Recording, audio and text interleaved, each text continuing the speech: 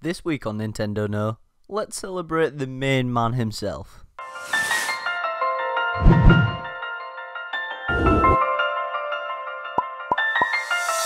With the release of Super Mario Maker, I feel like celebrating the Italian plumber himself, and what better way to do that than to harken back to this wonderful machine, the Phillips CD-i. Everybody loved it, and it brought us such classics as this. You know what they say, all toasters toast toast. But originally it was planned for a second Mario game to grace the CD-i, with Philips owning the rights to use Nintendo's characters on their system.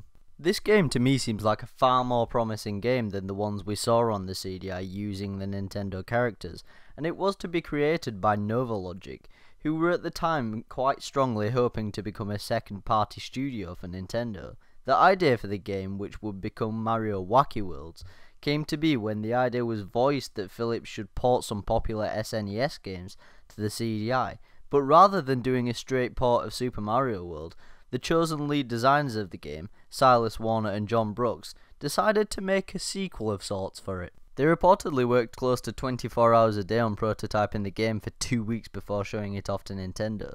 The two were very excited about the prospect of creating a more traditional Nintendo sequel after we received such classics as the Zelda CD-i games. Nintendo were actually fairly impressed with the pre-alpha footage they were shown, and the project would have continued had it not been for the poor sales of the CD-i. As far as the actual game goes, there is no sign of power-ups yet, though presumably these would be added at a later date, and the title would be set in various real-world locations as well, that much we already know. Honestly, I think this would have been by far the best game on the CD-i based on Nintendo property.